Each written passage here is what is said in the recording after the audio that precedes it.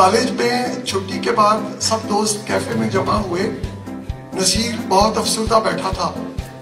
उसने अपने वालिद को अजाफी रकम भिजवाने के लिए खत में लिखा था कि बाली मुश्किलात के पेश नज़र उसने बालों को लगाने वाली क्रीम का खर्चा बचाने के लिए टेंट करवा ली है, यानी सर मुंडवा लिया है। उधर से जवाब आया कि हमें फहमो फरासत के की शाहराह पर तुम्हारे सफर के आगाज का पढ़कर दिली मुसरत हुई है। उम्मीद है जिस तरह तुमने करीम का खर्चा बचाया है इसी तरह दूसरे अखराजात में भी कफायत कर लोगे। मजीद रकम नहीं भिजवाई जा सकती।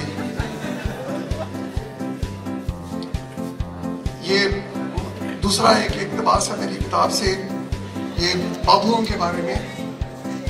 बाज शौकीन मिजाज बाबू कटी पतंग बन जाते हैं और हवा में इधर उधर झूलने के बाद किसी होटल, बाग, कोठे या नाले में गिरे पाए जाते हैं। एक बाबू ने अपने साथी को किसी ऐसे ही मुकाम पर किसी खातून के साथ देखा तो अगले दिन उनके दरमियान बड़ी दिलचस्प गुफ्तगू हुई। पहला, यार वो कल तुम्हारे साथ कौन थी? दूसरा, अरे भाई तुम्हारी भाभी थी। पहला, बकवास मत करो, बेशक मैंने फासले से देखा था लेकिन भाभियों की इतनी पतली कमर नहीं होती।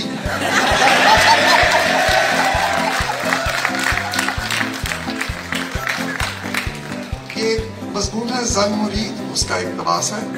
खानदान के इज्तिमा में एक ग्रुप में बैठे हुए अफराद अंजुमन जन मुरीदान के क़याम और उसके मंशूर पर गुफ्तगू कर रहे थे।